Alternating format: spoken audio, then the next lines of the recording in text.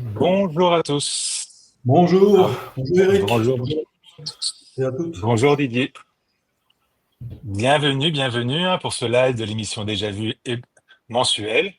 Et voilà, Merci pour aujourd'hui, l'invitation. exceptionnellement, nous allons parler de Zilio pendant une heure entière. Vaste sujet très très intéressant. J'espère qu'il vous plaira à vous autant qu'à moi. Et pour cela, nous avons la chance d'avoir Didier avec nous. Rebonjour Didier alors. Merci à toi Bonjour d'être Eric, présent. merci pour l'invitation. De rien, c'est normal, c'est normal. Ça me fait très plaisir parce que très souvent j'étais tout seul, donc je suis content de partager mon temps avec d'autres personnes passionnantes, passionnées de nos codes aussi, hein. Et en l'occurrence, donc il y a une solution que j'utilise quasi quotidiennement, Zilio. Didier, je vais te laisser un peu la main, pourquoi pas, pour te présenter. En même temps, je vais juste, voilà, comme vous l'avez tous à l'écran, voici un peu les différents éléments qu'on va voir pendant l'heure, hein. Donc on va parler un peu de Zilio, la genèse, des cas d'usage client, vraiment pour vous montrer à quoi peut servir l'outil Zilio au quotidien. Évidemment, nous allons aller très vite sur une démo parce que c'est ce qui intéresse beaucoup de monde, voir comment fonctionne Zilio, voir tout ce qui s'améliore dans Zilio au quotidien aussi, pour ceux qui ne l'ont pas ouvert depuis un certain temps, ce qui est dommage, parce qu'il y a eu beaucoup d'évolutions. On va faire un petit outil, on va faire aussi un petit moment pour comparer avec d'autres outils, évidemment, vous vous en doutez, du Glide, du Softer, ou pourquoi pas si vous avez des questions en parallèle pour comparer avec des outils que vous utilisez au quotidien. Et je me suis rajouté aussi un petit élément, pourquoi est-ce que j'aimerais qu'on parle un peu plus de Zilio. Pourquoi? C'est-à-dire parler de la communauté, parler, voilà, l'adaptation, parler des marchés français, tout ça, tout ça. Et évidemment, nous serons là pour répondre à vos questions. Donc Didier, évidemment, comme membre fondateur de Zilio, et moi, comme passionné slash qui essaie de devenir expert sur l'outil. Voilà. Allez Didier, si tu veux, je te laisse un petit peu la main pour te présenter. Et aussi pour présenter Zilio, surtout qu'il t'a fait un très joli PowerPoint. Donc, je, hop, Merci Eric. Ça je, met un peu la pression, hein. moi, pas du tout, pas du tout. Est-ce que tu peux le partager, s'il te plaît? Oui, bien sûr. Alors, Est-ce que sur ton... Voilà, je te laisse faire le partage en même temps.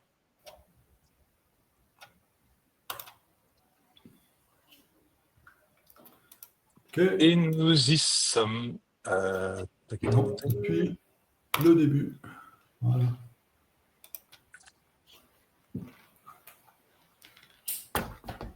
Bon, ok, donc c'est bien partagé. C'est en train, nous y sommes. C'était ma faute. Bonjour Mathieu. Je profite, hein, merci à tous ceux qui sont là, d'être toujours présents, ou aux nouveaux. Donc voilà, nous sommes là pendant une heure pour parler de Zilio, éditeur no code.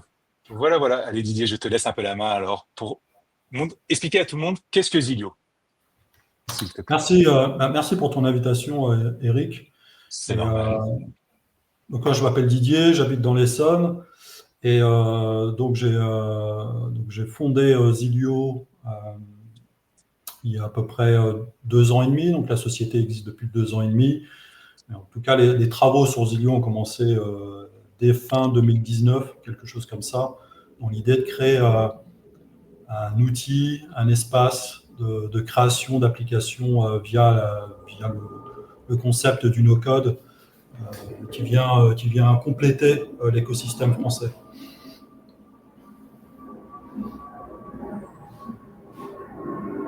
Des, des avions de par chez toi. Ouais, je ferme la porte. Aucun souci, aucun souci. Comme quoi,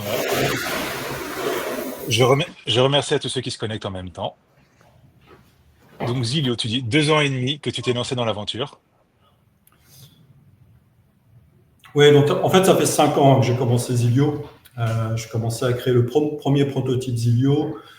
J'ai commencé à communiquer sur Zilio. C'était sur Twitter d'ailleurs. Si vous remontez le fil de Twitter de Zilio il y a 5 ans, vous verrez vous allez voir les premières maquettes, les premières réactions des premiers utilisateurs. Ça n'a absolument rien à voir avec ce qui est Zilio aujourd'hui. Alors, je sais que tu avais une question, Eric, à propos de la genèse de Zilio. Oui, Pourquoi Zilio? je trouve ça toujours intéressant de comprendre aussi pourquoi s'être lancé dans l'aventure, qu'est-ce qui t'a fait te décider de lancer dans la création d'un outil no-code et initialement mobile aussi, parce que je sais que ça change un petit peu, mais initialement mobile. Ouais. Donc, en fait, tout a commencé, ça devait être en 2017-2018. J'avais un besoin de créer une application et je me suis dit, c'est un peu dommage. Alors, j'ai un profil, moi, de technique. Je suis développeur, je suis architecte logiciel hein, depuis 25 ans à peu près. Donc, je suis vraiment à fond dans le développement, la tech, la conception d'architecture, la sécurité, enfin, tous les aspects qui permettent de créer des logiciels à grande échelle sur des millions de lignes de code. Et à un moment donné, je me suis dit, mais est-ce qu'il n'y a pas des outils qui permettent de créer des apps assez simplement quand on a des besoins pas très sophistiqués? Et en fait, j'ai été voir le panorama de ce qui existait à l'époque, en 2018, quelque chose comme ça. Et j'étais surpris parce qu'il n'y avait pas grand-chose. Il n'y avait pas grand-chose d'assez de riche, d'accessible. À l'époque, il n'y avait pas Glide, hein, il y avait pas Dalo, il n'y avait pas les concurrents qu'on connaît aujourd'hui, Softair, je ne sais pas, mais C'est vrai qu'il y a 7 ans, le no-code était moins présent, on va dire, sur la scène, ou plus pour des experts. C'était moins aussi. non, ouais. On en parlait moins. En tout cas, on n'utilisait pas trop le terme no-code, ceci dit. Et, euh, et donc, je cherchais un outil, puis j'ai pas trouvé ce que je voulais. Je pense que j'ai découvert Bubble à l'époque. Je l'ai trouvé trop technique, pas très intuitif, trop, voilà, vraiment trop technique, trop bas niveau, ce qui me faisait penser à un développement finalement, ce que j'aurais pu faire. Et comme je cherchais absolument à rentrer dans l'entrepreneuriat, j'étais moi-même passionné par la notion d'abstraction, de créer des outils qui facilitent la vie des utilisateurs, parce que c'est ce que je fais depuis que je travaille, depuis plus de 25 ans. Je crée des outils qui facilitent la création d'interfaces utilisateurs. Et je me suis dit, mais j'ai tout ce qu'il faut finalement pour arriver à une nouvelle proposition sur le marché que je ne vois pas, décidément, ou pour proposer des outils avec un niveau d'abstraction hyper élevé, où on voit nos écrans, on voit les transitions, on voit les composants, on peut les customiser. Je peux déployer en une seconde sans avoir de connaissances techniques. Donc c'est Et, là, en fait. et aujourd'hui, on peut parler d'un concurrent à Glide français, pour tous ceux qui débutent Exactement. dans le Ouais. no-code et qui, voilà, qui ont connu Airtable, Make, Glide pour la partie mobile. Adalo, même si aujourd'hui on en parle moins, voilà. On peut tout à fait dire que Zilio, aujourd'hui, on avait compté quasiment le même nombre de composants. On était à isopérimètre pour énormément de fonctionnalités. Donc voilà. Comme j'ai envie de dire, tu n'as pas à rougir de la solution. Et tout utilisateur peut avoir une solution pérenne face à des clients finaux. Complètement. Ouais, merci Eric. Ouais, absolument. Et en fait, je suis tout de suite parti de l'idée qu'il fallait faire quelque chose d'ambitieux. Je ne veux absolument pas faire ce qu'on appelle un micro SaaS ou un micro cloud, voilà, une solution qui vient enrichir une autre. Par exemple, j'aurais pu créer des plugins Bubble, j'aurais pu faire comme Softair, faire une interface Airtable. Eh ben non, j'ai lancé un outil complètement indépendant avec sa propre base de données, ses propres intégrations, son propre hébergement. Et donc, C'est ça va super continuer, on intéressant. va le voir à travers la route. Super intéressant, de toute façon. Et c'est la première fois que j'entends une partie de l'histoire, donc j'en suis ravi aussi, au bout de ces quelques années. Si tu veux, je te laisse un peu défiler les slides, parce qu'il y a quelques slides quand même sur Zilio, la ville d'œuvre. Et après, on va aller vraiment sur des cas clients pour que tous les gens qui nous écoutent en direct ou en différé pourront comprendre justement voilà, aujourd'hui, comment est-ce que les gens se servent de Zilio. Et après, nous irons sur la démo, parce que c'est là, voilà, les gens peuvent toucher, les gens peuvent vraiment voir comment ça fonctionne. Donc ça te convient? Je te laisse Ouais, bien sûr. dérouler un petit peu les slides. Alors, on y va. Parfait. Ouais, faut qu'on fasse attention au temps. Ouais. Je suis là pour ça, ne t'inquiète pas. Ok, Et je donc vous sais que l'aurez les compris. gens veulent voir l'outil, c'est pour ça aussi. Allez, vas-y. Ok. Allez, vas-y. Donc vous l'aurez compris, donc Zilio, c'est une plateforme de code française, donc complètement indépendante. Hein, elle ne dépend pas d'autres solutions no code, même si elle propose des intégrations comme Airtable, Timetonic ou d'autres Google, elle fonctionne sans. Donc elle permet de créer des apps métiers sur mesure. Et ça, on va revenir sur ce terme parce que c'est vraiment la plus-value de Zilio par rapport à ce qui existe aujourd'hui. On est vraiment sur le sur-mesure. C'est-à-dire que Zilio permet de créer des applications rapidement. On va le voir à travers la démo. Et en même temps, on peut vraiment agencer nos écrans, nos composants de la manière la plus précise possible. Et je tiens, le côté hébergé en France, tu peux continuer, hein, mais le côté hébergé en France est tout aussi pertinent parce que nous avons un éditeur français hébergé en France. Donc pour toutes les personnes qui travaillent avec des clients, la notion de RGPD, Cloud Act pour les Américains est très importante. C'est primordial à savoir aussi, hein. Donc voilà, je me permets de Oui, c'est un rajouter point cette qui notion est de qui est plus en plus. on en parle énormément cette année quand même avec mes clients par exemple. Donc j'imagine pour les confrères aussi. Voilà, donc Ouais, on en parle de le plus en studio. plus avec tout ce qui se passe, notamment avec tous les propos aux États-Unis. Et moi, il y a quelques années, on me disait pourquoi tu supportes pas l'authentification Facebook, Twitter, Google. Et aujourd'hui, on me dit mais pourquoi tu n'enlèves pas Google, etc. Donc on a une Et, attitude ouais, qui change. et pour l'anecdote, aujourd'hui, Silvio est complètement en français. Donc, ça date à la langue de l'utilisateur, entre le français et l'anglais Ouais. aujourd'hui. Et d'autres langues peut-être même aussi, de mémoire. Mais voilà, aujourd'hui, Silvio est 100% français, utilisable en français, par rapport à il y a quelques Ouais, mois. exactement. Exactement. Voilà. Donc, le studio. Tu as devant, tu as devant les yeux. Ouais, donc ce qu'on voit sur l'écran ici, c'est un aperçu. Donc j'ai mis un aperçu assez rapide pour qu'on visualise immédiatement de quoi on parle. Donc ici, c'est le studio de Zillow que vous voyez à l'écran, où ici un utilisateur a créé des écrans. Donc ici, on voit une séquence d'écran qui va décrire un parcours utilisateur. Et donc l'avantage de l'approche qu'on a choisie dans Zillow depuis le début, c'est de s'inspirer des outils de graphisme. Vous voyez, c'est inspiré de Figma, de Adobe XD, où ici, on visualise le parcours utilisateur et on visualise les transitions entre les écrans.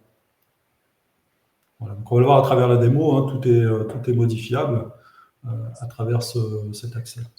Et pour certains, ça peut rappeler Figma aussi sur un certain agencement des écrans, en tout cas dans le studio. Pour ceux qui utilisent Figma déjà au quotidien, par exemple. Ouais. J'utilise aussi Figma.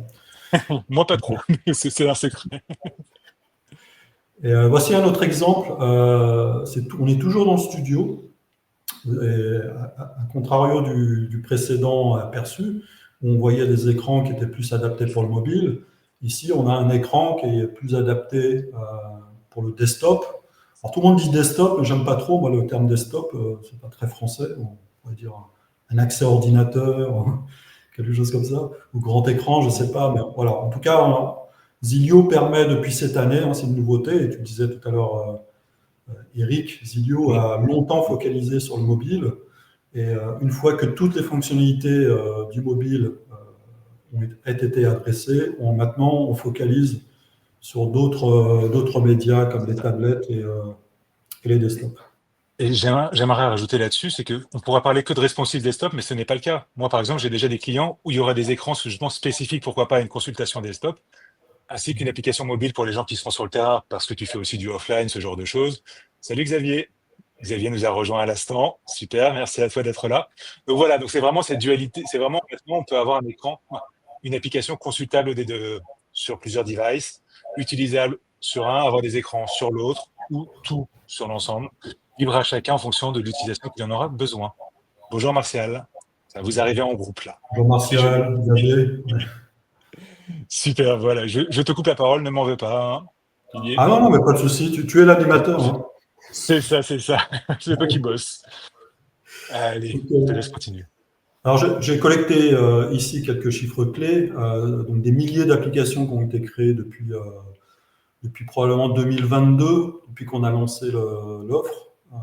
Ce n'était pas commercial à l'époque, mais depuis 2022, donc beaucoup d'apps qui ont été créées, parce que je rappelle ou j'appelle que dans Zilio, dans tous les plans, les apps sont illimitées. On crée autant d'apps illimitées. On a une sorte de vision où on se dit créer une app, ça doit être aussi simple que de créer un Excel ou un Google Sheet. On ne voit pas pourquoi on limiterait à une app, à 3 apps ou à 10 apps. Donc l'idée, en fait, c'est d'utiliser Zilio et de créer une app comme on créerait n'importe quel document. En fait. Alors là, je vais parler en termes de consultant, c'est très important ce que tu racontes en termes de pricing derrière. Là, voilà, le but n'est pas d'évoquer les pricing de ton offre en détail, mais c'est que voilà, on n'est pas limité, ou du moins au bout de 5 utilisateurs, il faut payer un pricing supplémentaire. Voilà, il n'y a pas ces contraintes-là quand tu évoques justement la chose. Ouais. Donc, Et donc ça explique parfait. pourquoi les utilisateurs créent autant d'applications. Je crois qu'on en a un, il a dû en créer 70, quelque chose comme ça. Donc voilà, donc un outil qui a évolué à travers le temps et qui a évolué, alors je pense qu'on en reparlera avec la communauté Zilio, mais aussi via les retours utilisateurs et la communauté qui soumet pas mal d'idées, pas mal de demandes, quasiment, ouais, on peut dire même au quotidien maintenant. Et on va le voir à travers quelques exemples dont on va parler un peu plus tard. Sur le Slack No Code France, pour ceux qui sont abonnés au Slack No Code France, comme le Twitch actuellement, qui nous donne justement cette fenêtre, ou bien sur un Slack privé, justement, à Zilio, qui permet d'entrer plus dans les détails et avec des échanges un peu plus sur l'expertise, on va dire, de l'outil. Directement. Ouais. Voilà, et comme tu l'évoquais tout à l'heure, Zilio est extrêmement riche aujourd'hui. C'est pas un prototype, hein. En tout cas, ça ne l'est plus du tout depuis quelques années. On a des vraies applications extrêmement complexes qui sont développées sur Zilio. On a des applications transactionnelles avec des paiements qui existent et qui sont en production. Et voilà, aujourd'hui, on a 83 composants. J'ai regardé hier, 61 actions qui peuvent être déclenchées selon un workflow, on verra tout à l'heure. Pas mal de formules qui permettent d'afficher vos données comme vous le souhaitez. Et je profite du clin d'œil de Martial, hein, comme à l'écran, ça veut dire que Didier est très réactif. Que ce soit sur les bugs, les évolutions, on en reparlera, mais voilà. L'avantage aussi d'avoir un support en français, justement pour tout le monde, et qui comprend la problématique. Non, mais c'est important et c'est appréciable aussi dans notre quotidien à nous. C'est pour ça que je le mets en avant. Allez, je te laisse continuer parce que les gens veulent voir les cas clients et après veulent rentrer dans l'outil. Ok. Et voilà, beaucoup d'intégration, comme vous pouvez le voir justement. Et certaines fois, dès le plan free, c'est important de le spécifier aussi. On peut avoir OpenAI des plans free vu que c'est la clé OpenAI de chacun, ce genre de choses. Voilà. On n'a pas besoin de monter en gamme pour avoir accès à toutes les fonctionnalités. Ouais, c'est un bon point. Donc en fait, dès le plan free, gratuit, hein, sans engagement, sans rien, vous pouvez accéder à autant d'applications que vous souhaitez, autant d'utilisateurs, tous les composants. Et voilà, tous les composants, vous avez accès à l'ensemble, comme tu l'as dit, intégration Airtable, TimeTonic, Google Sheet. Tu nous as mis 3 clients de mémoire là déjà. Vas-y. Ouais, on va passer un peu vite pour aller à la démo parce que ça passe très vite. Ouais. Donc, en fait, ce sont des témoignages que vous retrouvez sur zigio.fr, donc vous pouvez aller les consulter. Donc ici, on a un témoignage de Pascal, qui est enseignant à l'Université de Bretagne Sud, qui en fait utilisait dans le passé une solution concurrente qu'on a déjà évoquée. Et en fait, quand il a découvert Zilio et sa façon de permettre la création d'applications, où tu vois vraiment tous les écrans les uns à la suite des autres, et en fait, la première discussion qu'on a eue, il me dit mais c'est vraiment top pour transmettre du savoir et expliquer à mes étudiants comment créer des applications numériques à l'aide d'outils no-code. Donc, il a immédiatement adopté Zilio. Et donc Zilio est utilisé en cours très fréquemment. En fait, je crois que c'est 2 trimestres par an, quelque chose comme ça, où on a 30 utilisateurs d'un coup d'un seul qui débarquent dans la solution. Et c'est vrai que c'est très pratique quand on a juste quelques heures vraiment pour expliquer le no-code, la partie mobile. Aujourd'hui, montrer Zilio, les gens y adhèrent très facilement. En quelques minutes, ils peuvent commencer à créer leur app. Par rapport à d'autres outils, il faut mieux comprendre un peu l'écosystème. Là, dès le départ, ils peuvent mettre les mains dedans pour le tester avec certains étudiants de tout âge. Allez, je te laisse. On a un deuxième cas, Margot et Camille, qui ont fondé la société Drive Lady. Donc, c'est une société de covoiturage entre femmes où elles ont voulu mettre l'accent sur la sécurité, vraiment faire en sorte que les utilisatrices de cette plateforme soient clairement identifiées, authentifiées via un processus et faire en sorte que les trajets qui seraient mis en œuvre dans le cadre de cette plateforme soient vraiment faits dans un cadre extrêmement sécurisé. Donc, c'est vraiment la plus-value de cette plateforme. On travaille ensemble depuis plus d'1 an. On va en parler un peu. J'ai un slide qui parle un peu plus en détail. Si tu veux, de toute façon, comme après tu vas aller sur les slides, autant aller un peu plus vite sur ces cas de figure, si tu reviens derrière. Ouais. Et on a un troisième cas pour faire rapide, Fabrice, qui est huissier de justice, qui a utilisé Zilio afin de capturer toutes les dégradations d'une salle de spectacle, je crois que c'était la Défense Arena, pendant les JO. Donc, les utilisateurs pouvaient prendre des photos et reporter, signer également les rapports d'intervention. Et ce qui est intéressant dans ce que tu racontes, c'est que certaines fois, c'est vraiment les gens qui créent les applications. D'autres fois, ils ont besoin d'experts derrière. Mais voilà, tout à chacun est capable de partir de zéro et de créer l'application parce que c'est plus ou moins facile d'accès. Tout dépend de... Clairement, l'appli a été créée par lui, hein, l'huissier de justice, donc c'est assez Non, impressionnant. c'est pour ça que je dis ça, parce que c'est pas son cœur de métier. Voilà, c'est ça que je voulais Ouais, rajouter, mais il avait un besoin, et grâce à Zillow, il a pu répondre à ce besoin. C'était ça l'intérêt. exactement. Allez. OK. Donc, si on reparle rapidement de Drive Lady, donc c'est une application de covoiturage et en fait, c'est une marketplace qu'on appelle Customer to Customer. Et en fait, c'est extrêmement réglementé. On ne peut pas faire tout et n'importe quoi parce qu'en fait, on a des transferts d'argent entre particuliers. Et donc, on doit respecter une réglementation qui s'appelle KYC, donc Know Your Customer. Donc, ça paraît anglais comme ça, mais en fait, tous les pays du monde la met en place, notamment en France, où il y a des critères particuliers en France. Donc, on a mis ça en place ensemble. C'est une application compliquée, hein, il y a 70 écrans. C'est très bien structuré, hein, les écrans voilà, ils sont définis en ligne par fonctionnalité, on s'en sort très bien. Et donc, je disais, c'est une application transactionnelle, hein, on a des paiements Stripe avec confirmation et annulation. Hein, si le trajet est annulé, l'utilisatrice qui a payé est remboursée. Et au final, lorsque le trajet est terminé, on utilise les reversements Stripe. Hein. Donc, ce sont des virements qui sont exécutés automatiquement par Stripe à la conductrice qui a effectué le trajet. C'est très intéressant ce que tu dis, ça veut dire que vraiment dans les composants, quand on n'avait pas évoqué le détail des composants, justement, il y a déjà des intégrations comme Stripe et tout, qui sont natives dans l'outil. Donc on n'a pas Exactement. besoin de faire des calls API. Bon, je schématise un petit peu, mais voilà, on n'a pas besoin de sortir dans l'outil, faire des calls API des fois un peu difficiles pour les non-praticiens, comprendre les endpoints et tout, parce que Stripe n'est pas toujours très facile. Hein. Et de mémoire, tu m'as même dit que quand il y a eu des choses qui manquaient sur Stripe, bah justement, tu as amélioré le développement. Je ne sais plus si c'était pour elle, justement, ou pour un autre client, mais tu avais adapté justement la connexion à Stripe pour répondre à tes utilisateurs. C'est ça, hein? Ouais, ouais. Bon, on adapte la plateforme en fonction des besoins. Hein. Il ne faut pas hésiter à participer à la roadmap de Zilio. Clairement, c'est ça qui fait. Ouais, ouais. C'est l'outil de tous. C'est bon. OK. Parfait. OK. Ah oui, j'allais préciser. Drive Lady cherche des testeuses. Donc, si vous êtes un homme, hein, vous ne pourrez pas être candidaté. Mais en tout cas, voilà, si vous recherchez une application de ce type-là, si vous voulez supporter cette initiative, n'hésitez pas à les contacter. Hein, vous trouverez facilement Drive Lady. Tu as raison. Voilà, Super, super. on lance T'avais encore... l'application vraiment incessamment sous peu. Je crois que voilà, tu avais encore un ou deux cas clients avant qu'on rentre dans la démo. Ouais. Alors très rapidement, parce que je pense que 2 minutes, c'est le bon, temps. on n'est pas, t'inquiète. Ensuite, j'ai un deuxième cas un peu plus atypique. Là, on est dans l'industrie, une société qui s'appelle Santé Bien-être Distribution, qui distribue un robot cuiseur. Donc, au même titre que les robots cuiseurs que vous connaissez, il est un robot assez sophistiqué. Et donc, il souhaitait créer une application, non pas mobile dans ce cas-là, mais c'était une application plus tablette, qui fonctionne aussi sur mobile.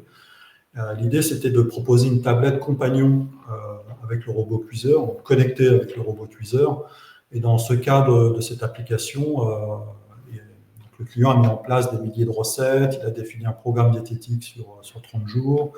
On a des recettes qui sont extrêmement détaillées, oui, je mets un aperçu ici. Et l'autre aspect, c'est qu'on a mis un mode offline, la possibilité de consulter toutes les recettes sans connexion. Il souhaitait absolument que quand on déballe le robot et la tablette, que tout fonctionne sans configurer le Wi-Fi. Mode offline qui, entre-temps, avec discussion avec d'autres confrères, était aussi intéressant pour les déplacements sur des chantiers, ce genre de choses. Donc voilà, Ouais. c'était aussi une fonctionnalité qui a été bienvenue, on va dire, quand elle est apparue, comme d'autres. Parfait. Un troisième cas que j'ai retenu, donc une application communautaire Vigie de la nature. Donc c'est une association qui s'appelle Cap au Nord. C'est vraiment top hein, ce qu'ils font. Ils se lancent dans des expéditions à travers le monde, Groenland, dans les Pyrénées récemment. Et donc l'idée en fait, c'est de créer une application. Donc, on a commencé à la faire, hein, je la supporte, afin de partager les découvertes et des relevés de données sur le terrain lors des expéditions. Donc on va relever les températures de la neige, de l'air, de l'eau. On va capturer des animaux, des plantes. Et tout ça, on va pouvoir le partager à travers ce qui a été défini des expériences scientifiques avec pas mal de critères à saisir. C'est une approche vraiment scientifique. Hein. C'est vraiment l'application guide les jeunes, parce que là, ce sont des jeunes qui participent à ces expéditions, à saisir leur rapport scientifique, où c'est d'une certaine qualité qui donne vraiment un cachet à l'application en termes d'intérêt. Parfait. Merci en tout cas pour tous ces détails. Voilà. Je vais te laisser comme ça switcher sur tes écrans tranquillement. Hein. Je nous ai remis sur nous. Donc, n'hésitez pas aussi à tous ceux, si vous avez des questions pendant la démo, hein, c'est l'avantage d'avoir Didier avec nous. Donc, le but n'est pas de recenser tous vos besoins, mais bon, sait-on jamais, hein, pourquoi pas, s'il y a des besoins justement que vous voulez voir s'ils existent. Si je peux switcher, c'est bon, Didier? Je vois en même temps sur l'écran. Parfait. N'hésitez pas de votre côté. Hein. Donc, comme ça, vous allez voir vraiment la fluidité de l'outil en direct. Allez, je te rends là. Et comme ça, voilà, là, ça fait une demi-heure. L'idée, voilà, maintenant, c'est de prendre du temps sur la démo et de se garder quelques minutes pour moi, j'ai envie de marquer quelques highlights comme la communauté, voilà, ces différents éléments pour finir. Donc là, tu peux y aller. Merci à toi. Ok. Bon, n'hésite pas à m'arrêter. Pas de souci. Si je vois un point qui me semble important aussi, je me permettrai. Je crois que la semaine dernière, j'ai fait une démo de 2h30. Oh bon. Okay. Et on n'a pas tout fait, on n'a pas tout démontré. Ok, donc la première démo que je voulais vous montrer, c'est comment créer une application assez rapidement, très très rapidement, à partir de l'outil. Donc ici, on a accès à Zilio, vous pouvez y accéder depuis zilio.fr. Il y a un lien direct vers l'outil, vous vous connectez, et comme on l'a précisé, l'accès est gratuit. Donc ici, on a notre dashboard, donc vous n'aurez pas d'application ici. Ce que je vais faire, c'est que je vais m'appuyer sur un modèle d'application. Je vais prendre Airtable. Et là, je vais vous montrer comment créer une application à partir de Airtable. J'aurais pu le faire aussi à partir de TimeTonic. TimeTonic des mémoires, oui. Tu as la même fonctionnalité. Ici, je vais coller la clé d'API. Ce que tu évoques est très intéressant aussi dans ce contexte de vibe coding. Pour l'avoir vu justement sur des outils un peu comme Zite qui a été fabriqué par Filaout, outil américain. Donc voilà, ce côté où dès le départ, on va le voir en direct. Hein. Et voilà, une application qui crée les bases automatiquement grâce à la base de données que tu rattaches. Ah, c'est ça, ouais. On déduit une interface à partir des données. Donc là, je vais cliquer sur confirmer. J'ai eu le cas pour des personnes qui n'étaient pas du métier et qui avaient vraiment besoin de comprendre l'outil assez facilement. Le fait d'avoir vraiment une structure dès le départ a été très apprécié, clairement. Ouais, ça aide à structurer l'appli. Hein. Donc ici, je vais sélectionner ma base Airtable, je vais sélectionner mes tables, donc pièces détachées, commandes, allez, utilisateur. On supporte les vues également. Moi, je ne vais pas tout détailler parce que ça va prendre du temps et je fais importer. Ceux qui ne connaissent pas, qui reviennent ou qui communiquent sur Slack s'ils ont des questions de toute façon. Je regardais le chat. Donc ici, j'ai une application qui a été créée. Je peux directement la simuler. Vous la voyez ici. J'ai ici un accès aux pièces détachées. Vous voyez, j'ai déjà une présentation qui a été déduite des données en fonction des colonnes, en fonction de leur nom et de leur type. J'ai la possibilité de consulter, de modifier et de créer des données. Ce que tu évoques bien, c'est que là, cette fonctionnalité, ça veut dire que les écrans ont été créés et même donc les données ont été un peu positionnées dans les écrans pour directement aller chercher la photo, c'est-à-dire qu'il a reconnu un champ image dans la base de données Airtable, donc ainsi de suite. Donc, il y a eu vraiment cette intelligence et la liaison entre les tables, justement, la liaison entre les écrans aussi. C'est-à-dire que l'application est déjà interactive. Voilà, je dis ça parce qu'il y a des boutons. On a une application qui fonctionne hein, avec des allers-retours. Je modifie, je reviens sur l'écran d'accueil, etc. Voilà. Parce que ce n'est pas qu'un squelette, c'est une application fonctionnelle. Il y a des fois, pour avoir testé, des fois, il y a quelques éléments à inverser parce que ce n'était pas la bonne image. C'est normal quand on a plusieurs images en même temps et tout. Donc, il faut possiblement repasser derrière, mais ça, c'est vraiment au cas par cas. Oui, bien sûr. Voilà. Donc ça, c'est la création d'applications rapides. Moi, je vais vous proposer de commencer de zéro. Ce qui est important, c'est de voir comment on démarre et comment on démarre simplement. Parce que là, vous avez vu, il y a beaucoup d'écrans qui s'affichent en même temps. Je ne voudrais pas vous noyer avec trop d'informations.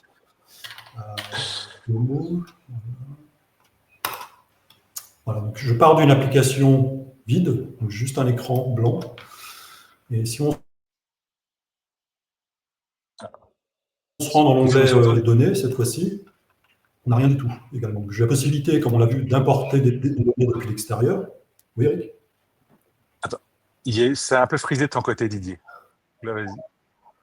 Ah, d'accord. Donc, on peut importer des données depuis l'extérieur, mais on peut aussi gérer toutes nos données dans Zilio. Zilio contient son propre modèle de données. Et parmi les tables prédéfinies ici, on a une table qui s'appelle produit qu'on va utiliser à titre d'exemple. Ouais. Mais Je peux juste te couper 2 secondes, ce qui est très important ce que tu viens de dire, parce que beaucoup de gens, soit ils ont déjà des bases de données Tentonic, Airtable, et ils ont besoin de rajouter une interface graphique, en l'occurrence, comme tu l'as bien évoqué avec le nombre d'utilisateurs qui n'est pas compté dans ton application, ce genre de choses. Donc ça, c'est très bien, mais il y a aussi, comme tu l'as dit, l'utilisation des tables Zilio, ou le fait de cumuler, de partager une partie des tables sur un éditeur, l'autre des tables Zilio, parce qu'on a une certaine réactivité des tables Zilio, et on n'est pas dépendant des calls API vers les autres éditeurs. En connaissance d'Airtable, où il y a un nombre de calls API limité par mois, par exemple. Je ne suis pas un expert Tectonic, donc je ne pourrais pas le dire. Donc là, soit Marseille, soit TAS, si vous avez aussi cette information de l'autre côté. Mais voilà, ça peut éviter justement de se retrouver, d'avoir débordé le nombre de calls. Marcel rajoute, Luc, est-ce que tu as la réponse, Marcel, par rapport justement au nombre de calls API par rapport à Tectonic? Est-ce que c'est vraiment bloquant aussi, comme sur Airtable? Je te laisse continuer, Didier. Si j'ai la réponse, je la partagerai alors. Non, pas de limite du côté Tectonic. Donc c'est vraiment une limite Airtable. c'est ce qui me semblait, ouais. Ouais. Merci Martial, mais je voulais pas m'avancer. Merci de ton complément. Bah, c'est un expert. Hein. Donc ici, j'ai ma table, mais je peux en créer, de toutes pièces, hein, évidemment. Hein. Donc ici, j'ai une table, je pourrais l'appeler, je ne sais pas, voiture. Ici, mettre un nom, créer une colonne, nombre de places. Vous voyez, on est complètement libre de se créer son propre modèle. Donc ici, je vais préciser nombre. Et puis, comme tu l'as un peu évoqué rapidement, on peut créer des liens entre les tables, et pas seulement entre des tables Zilio, on peut aussi le faire avec d'autres tables de type Toi, Tectonic. en tant qu'utilisateur et d'expert, tu commences à créer tes tables ou tu commences par la partie graphique, généralement? Quelle est ta clé d'entrée, on va dire, quand tu crées une app? Ça peut intéresser des novices là-dessus ou... Moi, je commence par créer les tables, effectivement. Je prête attention à la conception. Hein, on dit souvent que le no-code, c'est très simple, mais ça nécessite quand même de la conception. Hein. L'outil facilite. En tout cas, il faut quand même réfléchir à une approche. Histoire de ne pas tout refaire quand on est arrivé au milieu du projet et qu'on arrive à créer les fonctionnalités les plus compliquées. Donc, il faut vraiment passer du temps à concevoir son modèle pour que les Je, écrans puissent se déduire assez facilement. je suis content que Xavier réagisse parce que justement, je veux dire, j'ai été débutant aussi à un moment, on a tendance à commencer des fois par poser les écrans, tout ça, tout ça.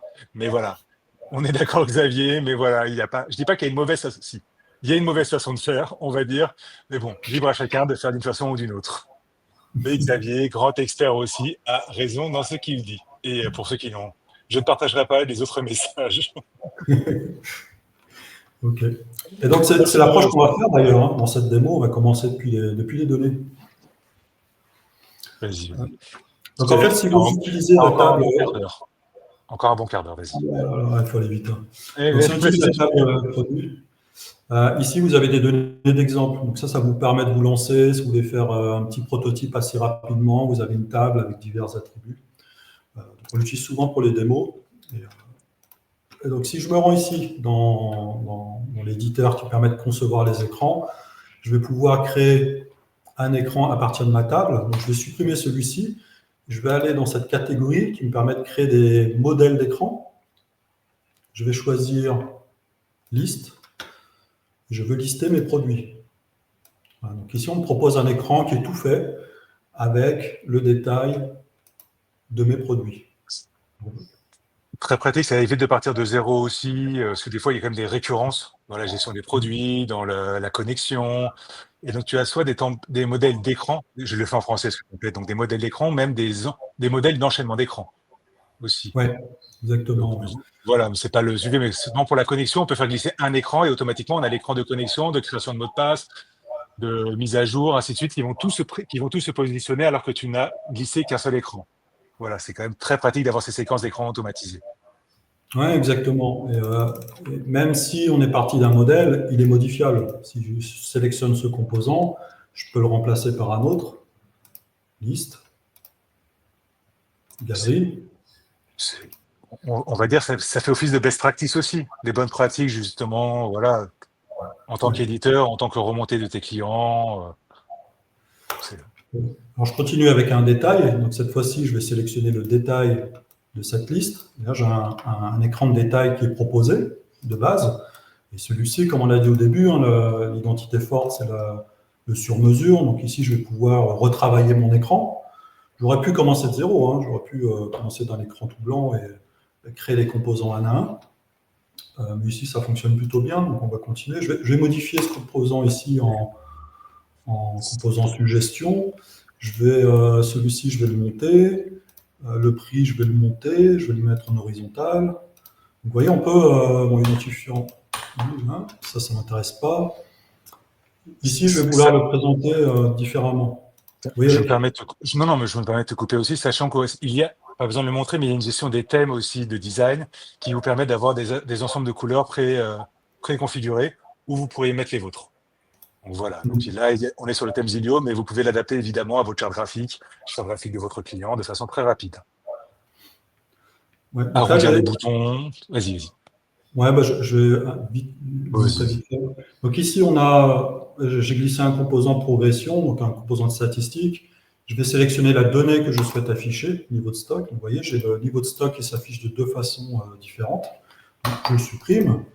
Ici, je vais indiquer le maximum, ça doit être 8, quelque chose comme ça. Et je vais pouvoir faire la même chose avec évaluation nutritionnelle. Donc, je change ici la donnée et on va customiser ici. Donc, nutritionnel, on va mettre un cœur, on va changer la couleur. Voilà, quelque chose comme ça. Et niveau de stock, on va changer l'icône. On va mettre ça. Pour ceux qui ont entendu le clavier de Didier, les raccourcis clavier fonctionnent. Très pratique aussi pour aller vite, justement, si vous voulez dupliquer des composants, ce genre de choses, écran composant. Voilà, vous n'êtes pas obligé de le faire à chaque fois que la souris, le clavier, ça marche. C'est pratique. Voilà, donc on a une notion de thème, comme tu l'as précisé. Donc tous les écrans font partie d'une même identité graphique globale. Donc en fait, vous pouvez sélectionner votre thème ici, vous pouvez modifier chacune des couleurs de la charte graphique. On peut aussi, ce qui est vraiment rend l'application un peu plus unique ou identitaire, c'est modifier ici la police de caractère. Comme tu l'as dit, 1 heure ne suffit pas pour montrer l'ensemble des fonctionnalités Zilio. Mais voilà, ça, vous avez accès aux polices Google, c'est ça que tu montres aussi, hein, que tu viens d'activer. Oui, voilà. Donc, énormément de choix. Sachant que le studio marche sur l'ensemble des navigateurs web aussi. Pas spécifié, mais voilà, aujourd'hui, ça fonctionne sur les navigateurs web différents, que ce soit pour Mac, pour Linux, pour PC. Ouais. Ici, je vais définir la transition, parce qu'on va tester cette application. Donc, pour définir la transition entre cet écran et cet écran, je sélectionne le composant sur lequel on va cliquer pour aller à la suite. Donc ici, c'est notre liste. Je vais attraper la transition et la relâcher sur cet écran. Une fois que c'est fait, on va vérifier que notre écran de départ, c'est bien celui-ci. Donc, on voit ici la petite maison sur fond.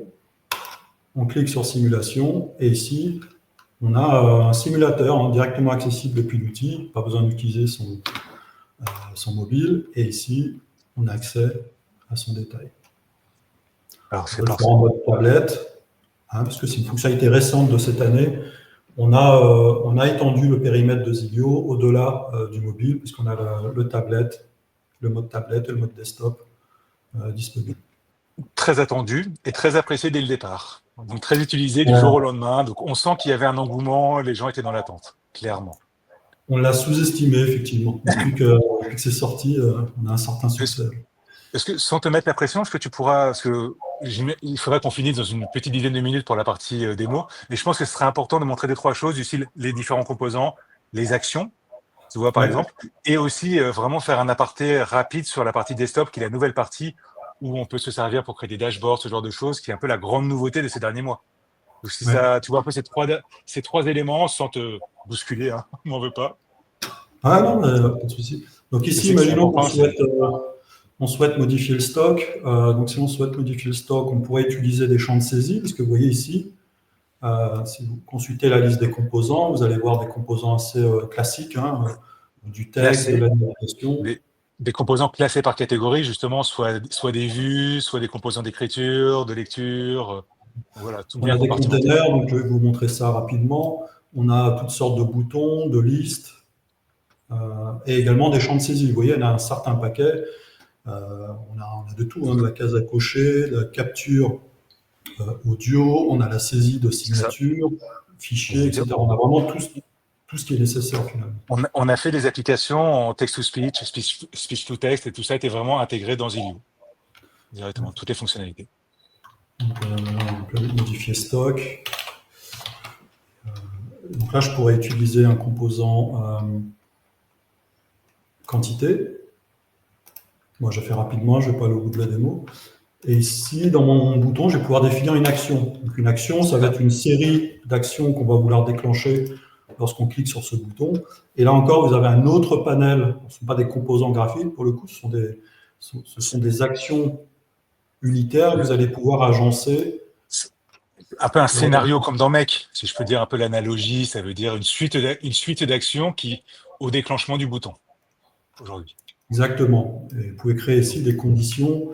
Vous pouvez tester si on a affaire à tel profil d'utilisateur, alors je vais plutôt modifier telle ou telle donnée. On peut Donc, incrémenter des données, on peut... voilà, sans entrer dans les détails, mais je pense que c'est important de spécifier ici, c'est qu'il y a même cette gestion de variables dans l'outil. Ça veut dire qu'on peut ça veut dire que ça va historiser des informations, pouvoir faire de l'incrément, rappeler la variable derrière. C'est très important quand on fait des calls API vers l'extérieur, de les stocker temporairement pour pouvoir les rappeler. Quand on récupère des JSON par rapport à des API, récupérer qu'une partie du JSON là-dessus. Voilà, je simplifie, mais il y a plein d'éléments justement pour faire là-dessus. Ouais. Il y a un autre aspect que je pourrais montrer rapidement, c'est l'authentification qui se met en place en quelques secondes. On se rend dans Données, on drag and drop une table utilisateur fournie comme exemple, avec 2 utilisateurs à l'intérieur. On se rend dans Écran, je sélectionne le modèle d'écran connexion, je sélectionne la table utilisateur. Voilà. Donc là, j'ai un écran de login qui fonctionne et qui vient venir sécuriser l'application. Voilà.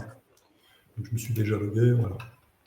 Vous voyez ici, c'est sécurisé, on a accès à l'utilisateur et on peut se déconnecter. Voilà, tu l'as pas vraiment dit, mais là, tu es dans le mode simulation qui vous permet de tester comme si vous aviez partagé l'application, du moins si vous avez publié l'application, pour voir vraiment si tout l'agencement reste, s'il n'y a pas eu de loupé. Voilà. Et donc, à propos du desktop, parce qu'on a vraiment peu de temps, mais Ouais, mais il y a une vidéo hein, sur la chaîne YouTube. oui, on en reviendra après, donc n'hésitez pas d'aller un peu partout, mais c'est que comme c'est quand même la dernière grande évolution, c'est le moment de... Donc en fait, comme tu l'évoquais tout à l'heure, on peut dans Zilio soit mixer des écrans qui vont s'adapter selon le périphérique. D'ailleurs, on peut le montrer ici. Dans Zilio, voilà, c'est complètement intégré dans l'outil. On peut ici visualiser ce que ça donne en mobile, en tablette et en desktop. D'ailleurs, on peut Et donc, éditer. le responsive automatique. Là-dessus, voilà, en fonction de la taille de l'écran, ça s'agence automatiquement. Mais ceci dit, parfois, on souhaite une interface complètement dédiée. Donc ici, je vais utiliser ce qu'on appelle les containers. Je vais en glisser un ici. Je vais réutiliser ce que j'ai défini ici pour gagner du temps. Donc je vais prendre cette liste, je vais la mettre dans la colonne de gauche. On va agrandir ici. Je vais la mettre en liste. Et sur la droite, donc je vais supprimer celui-ci. Et sur la droite, ici, je vais vouloir afficher son détail. Donc je drag and drop ici. Alors j'aurais pu le faire depuis le début. Hein, mais ici, je vais drag and drop. Alors, je fais vite, hein, vite fait. C'est exactement voilà, l'expérience tablette où on a accès à la liste à gauche, les données à droite. Donc vraiment, l'expérience, il faut un écran plus grand que le mobile, mais on a tout sans avoir à passer d'un écran à l'autre. Et donc voilà ce que ça donne sur tablette et sur desktop. Voilà. Tout est modifiable. On peut créer des containers dans des containers. On peut créer un container 2 zones en haut, un container 3 zones en bas. C'est vraiment une liberté. Pour vous dire, moi qui suis vraiment un très grand utilisateur d'Airtable, c'est quand même très très pratique justement pour cette partie tableau de bord. Le partage de tableau de bord, voilà, ça nous ouvre un outil supplémentaire pour cela, clairement. Et en plus très paramétrable. Voilà, Marcel qui dit le jeu des containers. Parce que comme tu l'as dit, on peut mettre un conteneur dans un conteneur dans un conteneur, donc c'est un peu, je sais plus comment on appelle ça, vous savez, les petites poupées russes qu'on met une dans l'autre. Donc, Ouais, mais ouais, ouais, ça passe ouais. très bien à l'écran, voilà, il faut juste prendre la main, hein. Et toujours On peut bien le faire réfléchir à ensemble. l'application. Et comme tout créateur d'application, voilà, travailler avec un tableau blanc à côté et tout pour bien réfléchir à vos écrans avant de rentrer dedans, hein. Ça, c'est le petit conseil à côté, hein. Celui-ci, je peux le glisser ici. Hop, ça me fait un container dans le container. C'est ça. Et évidemment, avec les données toujours dynamiques derrière. Donc, dès que tu changes dans la liste, automatiquement, ça change la page. Ça met tout à jour. Ouais, ouais, bien sûr. Ouais. Ouais. C'est vrai que tu l'as pas vraiment montré, mais tu as en standard, justement, des composants, des composants spécifiques quand je dis spécifiques au dashboard, avec un peu l'intégration de KPI, donc des données qu'on peut mettre en Ouais. avant, des graphiques de façon plus ou moins visuelle, c'est-à-dire qu'on a accès à une grosse bibliothèque de graphiques, hein. Donc, On le voit ici hein, sur ce slide. tout à fait, tout à fait. Voilà, celui-ci. Donc, cet écran a été créé avec Zilio, avec composant table, graphique, statistiques, Voilà. etc. Voilà. Heureux- Martial, heureusement qu'il est là, mais en même temps, un grand utilisateur aussi de TimeTonic, d'Airtable et tout, donc il connaît les outils de base de données, hein, donc on peut lui faire confiance. OK. Voilà, parfait. Je te remercie pour cette démo. Je sais qu'on peut toujours en montrer plus, c'est toujours la frustration de la démo, mais voilà, on n'a qu'une heure. Donc le but, c'est de revenir directement vers toi, vers nous, vers les experts, vers Martial, vers moi. S'il y a des questions, toute personne de la communauté à Zilio. Donc, désolé hein, qu'on puisse pas aller beaucoup plus loin dans la démo, mais il y a quand même encore deux, trois éléments intéressants à dire sur les dernières 10 minutes Ouais, qui nous restent. ouais, il faut qu'on avance. Et il nous reste Ah, 10 minutes. c'est ça, on est très bien dans le timing. Donc, parfait, parfait. Alors, si on Feuille de parlait route. feuille de route, donc il y a beaucoup de choses hein, dans le backlog de Zillow. On a beaucoup de tâches pour implémenter cette vision long terme et cette ambition. Donc, je Sachant que précise tu quand l'as même. très. Hier, il y a eu un atelier, on reviendra là-dessus, mais tu l'as très bien dit. Les bugs et la roadmap, voilà, ce sont deux timelines différentes. Clairement, il y a un bug, c'est corrigé en direct, c'est corrigé vraiment tout de suite. Et ça ne va pas, voilà, la roadmap ne va pas interférer dans les corrections de bugs, clairement. Ouais. Oui, un bug Réactivité. interrompt notre activité. Hein. On priorise les bugs. Euh, donc la feuille de route, je précise évidemment les grands thèmes du reste de cette année. Donc, cette année, on a focalisé sur le mode desktop et la traduction de l'outil en français. Euh, on va continuer à enrichir l'outil, pas que pour le mode desktop, on va introduire la notion de panneau, donc de boîte de dialogue complètement customisée. Hein. De la même façon que vous avez vu, on crée un écran, on va pouvoir créer des panneaux qui vont venir s'afficher par-dessus les écrans, on va pouvoir les enchaîner également. J'en ai fait une démo dans ZAtelier 3. Qui est J'ai fait une accessible démo d'un mais qui est accessible sur Internet de mémoire. Marcel l'a partagé ce matin, hein. J'ai vu. Donc, Ouais, on va le n'hésitez pas à la partager. regarder. Ouais. Et on va enrichir aussi avec les conditions d'affichage selon terminal. Vous allez pouvoir dire sur mobile, je ne veux pas afficher ce composant parce qu'il n'a pas vraiment de sens, il est trop gros sur mobile. Par exemple, une table, je ne vais peut-être pas l'afficher sur mobile, je vais peut-être afficher un aperçu ou une statistique. En revanche, sur desktop, on va afficher davantage d'infos. Voilà, parce que Et, malheureusement, on n'a pas eu le temps d'aller dessus dans la démo, mais il y a énormément aussi de formules, justement, des formules qui permettent de gérer l'affichage, de faire des formules de calcul, des formules sur les gisons, des formules sur les heures, ainsi de suite. Voilà, comme bon outil no code, il y a énormément de formules qui peuvent aider à avoir le bon affichage. ouais, ouais, on a des formats de distance, de calcul d'heures, etc. Ouais, plein de choses. Et on aura aussi le composant éditeur de table, donc la possibilité d'éditer sous forme un peu comme sous forme de tableur, un peu plus riche parce qu'il va s'adapter au format des colonnes. Il y aura des cases à cocher, des drop-downs, des choses comme ça pour éditer les données. Pour aider, l'idée, ça veut dire qu'on n'a pas besoin de rentrer dans chacune des fiches clients directement dans la page principale. Vous aurez accès à toutes les données et vous pourrez les modifier voilà, comme le tableur directement sur le tableau principal. Vous pourrez rentrer dedans, mais vous pourrez les modifier à la volée. On a des exemples de gens qui faisaient c'était pas, comment est-ce qu'on appelle ça, quand ils faisaient des visites d'appartements, ce genre de choses, ou voilà, vous vous baladez avec la tablette et en direct, vous avez à cocher des cases ou pour valider des éléments. Ça pratique. Parfait. Ouais. Ensuite, en 2026, parce qu'on est de plus en plus sollicité par les grandes entreprises, grandes organisations, mais pas que. On travaille aussi avec des grandes associations avec beaucoup de données. Donc, on a des demandes pour supporter beaucoup plus de données dans Zilio. On a travaillé sur une étude technique cette année. On sait quelle approche technique on doit adopter. On connaît le chemin de migration. En tout cas, rapidement, en 2026, ce sera la priorité. On va supporter 1 million, voire 10 millions de lignes de données dans chacune des applications. Qu'est-ce que tu appelles les makers, équipe de makers? Curiosité, hein, je vois ça à l'écran. Ouais, j'aurais dû mettre un S. Donc en Non, fait, c'est c'est la pour. possibilité pour les grandes organisations de créer des équipes où en fait D'accord. plusieurs makers auront accès au même jeu d'applications. Ok. Donc les applications pourront être éditées par plusieurs makers plutôt que passer par des partages, des choses comme ça. Je suis ravi d'en apprendre à chaque fois que je parle avec toi. Merci beaucoup.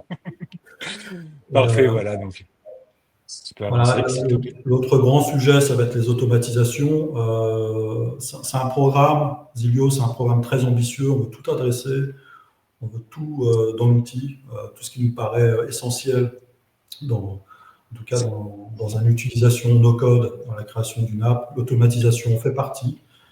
Et donc ça Je, ti- arrivera l'année prochaine. je, je tiens à rassurer, ça fait à des moments sur les automatisations, s'il y a des choses qui manquent, aujourd'hui, il y a la possibilité de passer sur Make ou sur Zapier par Webhook. Donc voilà, ça veut dire que quoi qu'il se passe, il y a possibilité d'avoir des automatisations poussées dans l'application. L'idée, ce serait de les avoir en native en 2026, en bonne partie. Ouais, dans les deux sens. On peut appeler Make depuis Zilio et Make peut appeler Zilio. On peut le faire dans les deux sens. Parfait, parfait. Et OK. voilà, Ouais. Comme ça, élément, on je veux parle dire, de communauté. on est un peu vers la fin, mais pour moi, c'est quand même très important cet élément de communauté parce que un éditeur, c'est bien, mais il faut qu'il y ait ses clients, sa communauté derrière, dont j'en fais partie, j'en suis très fier. Je sais que Marcel est là aussi, beaucoup de gens. Donc voilà, c'est bien de le mettre en avant. Tu as les chiffres même de la communauté. Donc, Ouais, donc, ils sont à l'écran. Donc effectivement, au départ, il y a 5 ans, j'étais tout seul. Et en fait, une communauté a grandi autour de cet outil. Euh, ouais, autour des évolutions, des innovations qui ont été apportées à travers le temps. Il y a beaucoup d'innovations dans Zilio que vous ne trouverez pas dans d'autres outils. Et donc, on a plus de 200 membres sur le Code France. On a 105 membres dans le Slack Zilio, qui est vraiment dédié à Zilio. Et j'ai regardé les statistiques il y a quelques jours. On a 40% d'utilisateurs actifs. Vous posez une question, il y a toujours quelqu'un qui est là pour commenter, ou si vous avez une idée, un conseil, il y a toujours quelqu'un qui est là c'est ça. pour vous aider, pour vous accompagner. Ce n'est pas directement l'équipe de Zilio est toujours présente, mais voilà, d'autres utilisateurs peuvent répondre, parler de leur expérience. Il y a vraiment ce partage. Ouais, ouais. Et on annonce quasiment au quotidien les évolutions Zilio. Contrairement à d'autres outils, on livre très très très fréquemment. On livre quasiment tous les 2 jours des nouvelles fonctionnalités et elles sont annoncées dans le Slack. Le desktop, par exemple, il a été livré peut-être en 15 lots, vous voyez, de manière régulière. Ce sera pareil avec les automations. Les automations arriveront l'année prochaine, mais très rapidement, vous aurez déjà des premières fonctionnalités. En termes de communauté, on a aussi des chaînes YouTube par rapport justement à cette entraide communautaire. On a la chaîne Zilio où on présente des tutoriels qui sont enregistrés par Guillaume. On a les Z-News, donc quand on a une grande fonctionnalité importante qui sort, elle sort avec son Z-News qui reprend dans les détails la fonctionnalité. Donc on a sorti un Z-News sur les containers, je vous invite à aller la visualiser. On a aussi des e-astuces, un petit format, tout petit format de quelques minutes qui vont focaliser sur une fonctionnalité. On a aussi le format qui fonctionne très bien, le Z-Atelier, donc un endroit de rencontre entre utilisateurs Zilio, entre clients et utilisateurs Zilio qui discutent pendant 2 heures de leur expérience, Je reviens sur ce que j'ai dit, mais c'est on a l'avantage de pouvoir parler avec l'éditeur, un peu remonter nos problématiques, en plus que sur le Slack, expliquer, confronter avec les collègues aussi. Donc voilà, c'est un vrai partage d'expérience où malheureusement tu repars souvent avec beaucoup de choses à créer. C'est pas pas à Ouais, ouais, corriger, mais voilà, plein de nouvelles idées pour ta roadmap. Mais voilà, c'est important ouais. aussi pour nos utilisateurs de savoir que nous sommes écoutés, clairement. Ouais, mais très bonnes idées, hein. C'est intéressant. Donc, il y a des idées, je les ai mises directement dans le backlog, hein. Et on C'est, va pas se mentir, il est arrivé dans le passé, là j'ai pas l'exemple en tête, si j'ai un exemple en tête, où on t'a donné une idée et tu l'as, voilà, en 2 jours elle était implémentée parce que c'était pas non plus quelque chose de complexe pour toi, mais tu n'y avais pas forcément pensé ou priorisé, voilà, par rapport à la demande des utilisateurs. C'était une histoire sur le drag and ouais, drop, voilà, dans le studio et ça nous a changé la vie. Donc c'était vraiment la proximité qui nous a ouais, permis de ouais. te le dire. Donc, Bah, il faut être modeste, hein, on ne peut pas tout prévoir, hein. Et puis, on n'a pas toujours raison. ah, c'est super. Voilà. Et puis, on a un format spécifique, Martial, qui régulièrement, lorsqu'il est disponible, diffuse une série, un abécédaire sur Zilio. Il y en a d'autres que j'aurais dû mentionner. Il y a toi, Eric, de temps en temps, qui fait un format. Bah, aujourd'hui, c'est typiquement le C'est cas. ponctuel, mais on essaye. Quand on aime, on a envie de mettre en avant aussi l'outil. Donc, On a un autre utilisateur très actif, Willy, qui a fait pas mal de vidéos. On a un client en Arabie Saoudite qui a aussi sorti une vidéo en arabe, là, pour le coup. Donc, pas non, mal. Vraiment, bonne communauté qui grandit assez rapidement et voilà. Et sur tous tu sais, ces arguments. tu viens de dire quelque chose. Ouais, c'est aujourd'hui justement éditeur français, donc très bien pour les Français et tout, mais aussi avec des clients internationaux. Voilà, on l'évoque pas parce que justement on voulait centrer sur la France, centrer sur notre territoire, mais tu as dès le départ des clients internationaux aussi. C'est toujours bon Au à rappeler Brésil, quand ouais. même. Brésil, Turquie, en Inde aussi. Voilà. Comme quoi, Zilio n'a à rougir de personne, clairement. Ouais. Parfait, bah, il nous reste vraiment 1-2 minutes. Donc on est Ok. super bien dans le timing. Merci beaucoup à toi. On va vraiment, même si on dépasse de 2-3 minutes, ce n'est pas grave, mais voilà, c'est quand même important voilà, de parler des différenciants voilà, sans comparer forcément 100% avec la concurrence, mais pour tout le monde connaît, les gens dans le no-code connaissent Glide, connaissent Softer, qui sont 2 plateformes avec certains pricing, certaines fonctionnalités. Glide Mhm. d'abord plus connu mobile, même s'ils font mobile et desktop.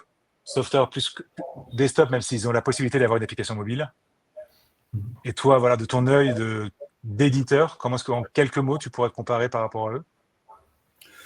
Bah, en fait, je peux prendre la parole de mes clients, en fait, de mes clients, des utilisateurs que je rencontre. On a souvent des visios.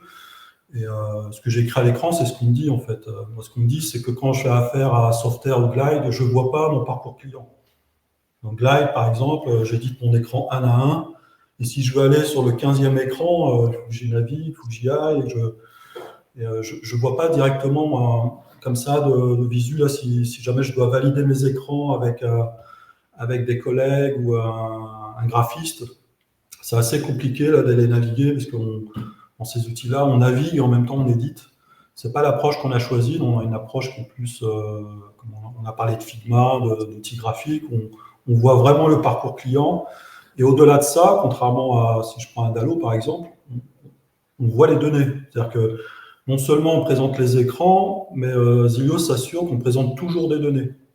Donc on va puiser les données dans vos tables et on vous présente toujours des écrans alimentés. Nous, ce qu'on nous dit aussi, c'est le manque de sur-mesure de ces outils, où on n'a parfois pas la liberté de mettre ce qu'on veut dans nos écrans et à tel ou tel endroit. Donc les containers, par exemple, vont vraiment enrichir cet Et- aspect. Il ne Ouais. faut pas en avoir peur non plus, parce que sur mesure peut faire peur quand on est dans des outils de no-code, mais toujours normé dans des composants, normé, je veux dire, avec les écrans proposés et tout. On n'a pas non plus une latitude à 100%. Nous ne sommes pas dans du low-code, heureusement. Ouais, j'aime. Ouais. Et le price. Ouais. On ne veut pas une approche no-code, hein, donc vous n'aurez pas de code dans Zilio. En revanche, on l'a pas évoqué, on a une notion de plugin. Si vous êtes développeur, vous pouvez dans votre environnement de développement créer des composants, des actions spécifiques, des formules et les intégrer dans l'outil. Hein, mais c'est un développement à part et on peut l'importer depuis Zillow. C'est ce qui permet d'enrichir votre application. Pardon. Et d'autres choses, c'est évidemment le pricing. Donc ça, c'est vraiment très, très différenciant des deux autres outils. On n'a pas un pricing artificiel, entre guillemets, où on ne comprend pas pourquoi on est limité en termes d'utilisateurs, pourquoi 10, pourquoi 20, pourquoi le composant signature n'est pas accessible gratuitement alors que c'est juste un dessin, composant embed et autres. Et puis des pricing qui sont changeants, ils changent assez fréquemment avec des formules qui changent, donc on a du mal à se repérer. Et puis surtout, ce qu'on dit, c'est indexer sur le nombre d'utilisateurs. Donc ça, c'est vraiment problématique de se dire le prix, non seulement il change, mais en plus, il variera en fonction du succès de mon application ou du nombre d'agents ou de personnel qui utiliseraient l'application dans mon entreprise. Donc ça, c'est vraiment euh, des différenciants des défauts que nous n'avons pas intégrés dans notre pricing. Comme Marcel le dit, dès le plan free, on peut vraiment utiliser l'outil pour l'appréhender au maximum, clairement, quoi. Après, c'est normal aussi qu'à chaque niveau, il peut y avoir des fonctionnalités supplémentaires, mais ça, c'est logique, hein, dans une grille tarifaire, quand même. Oui, parce qu'il faut Et couvrir oui, les coûts, hein, quoi qu'il arrive. non, mais c'est normal, il faut pas le cacher non plus à un moment, hein. Il y a des coûts côté éditeur, donc c'est tout à fait légitime. Oui, Et bien sûr. juste pour compléter là-dessus, c'est que tu as déjà fait, on t'avait aidé la communauté à faire un comparatif par rapport justement à Glide. Et je sais que tu as dans le projet maintenant d'en faire un sur Software aussi prochainement, hein, de mémoire. Donc ça, c'est toujours partagé soit sur ton site, soit sur la communauté Slack d'habitude, pour toute personne qui aurait envie de l'avoir pour vraiment. Il est présent sur zilio.fr. Ouais. Parfait. Moi, ça me va. Je crois que tu avais juste un dernier slide pour finir. Pour toutes personnes qui ont besoin de revenir vers toi, de revenir vers la communauté. Ouais, donc n'hésitez pas. On privilégie les Slack. Donc, soit le Slack de No Code France, soit le Slack de Zilio. Vous avez un lien sur zilio.fr. On sera ravi de discuter avec vous. Si votre projet est un peu compliqué à exprimer par écrit, on peut faire une visio avec la chance de discuter avec nous en français, tout C'est simplement. ça. Et donc, comme on disait, la communauté, donc soit directement avec l'éditeur, soit avec certains experts un peu Zilio aujourd'hui, parce que ça fait quand même pas mal de temps qu'on est dessus. On est toujours disponible et on aime parler de cet outil. Je dis ça, Marcel Ouais, est avec moi aussi là-dessus, hein, donc voilà, il y a déjà plusieurs personnes capables de vous répondre au quotidien sur vos questions. voilà. Vous cherchez Bah, des freelances pour créer votre application, vous en trouverez aussi sur ce Slack. c'est gentil, c'est gentil. Et non, je regarde s'il y avait des questions supplémentaires, j'en vois pas forcément. Je trouve que ça a été très clair comme présentation, on a réussi à monter un peu tout. La genèse, pour moi, c'était aussi très important de parler de la genèse Zilio, comme j'ai aimé te l'expliquer, humaniser l'outil, hein, c'est toujours intéressant pour tout le monde. Sachant que, à toute personne, en septembre, on va recommencer les ateliers, comme tu l'as évoqué. Donc, toute personne qui rentre dans Zilio, ainsi de suite, aura la capacité de se connecter un soir de semaine, justement, pour échanger avec ses pairs, en plus. Parce que ça Ouais, fait quelques mois que ça existe et c'est apprécié de la communauté. c'est vraiment excellent. Ouais. Vraiment bon format. On va le rediffuser, hein. Martial l'a déjà rediffusé, on va le rediffuser aussi. N'hésitez pas à le visualiser. Un bon état d'esprit, bon partage et des bonnes idées. Voilà. Des bonnes idées Super. que j'avais pas eues. C'est le but, c'est le but. Bah, je regarde l'heure, je regarde, il est 14h05. Ok. Je pense qu'on a fait le tour, hein, sans te couper la parole, Didier, évidemment, hein. J'avais déjà envie de te remercier d'avoir accepté cette invitation. Donc voilà, ça fait plusieurs fois qu'on arrive à échanger sur Zilio, c'est important. Et de toute façon, comme vous dites, allez sur le YouTube, allez sur le Slack, n'hésitez pas à poser des questions. On est là pour y répondre. Didier est toujours très présent, c'est francophone. Donc voilà, donc je remercie toutes les personnes qui étaient présentes, toutes les personnes qui écouteront la vidéo en différé. Je te remercie Didier. Merci à tous Merci à toi, et bon Eric. déjeuner pour ceux qui n'ont pas eu le temps. Bonne fin de semaine pour tous. Allez, je vous souhaite une très bonne fin de journée Merci, à tous. Eric. Au revoir. Bye. Allez, au revoir.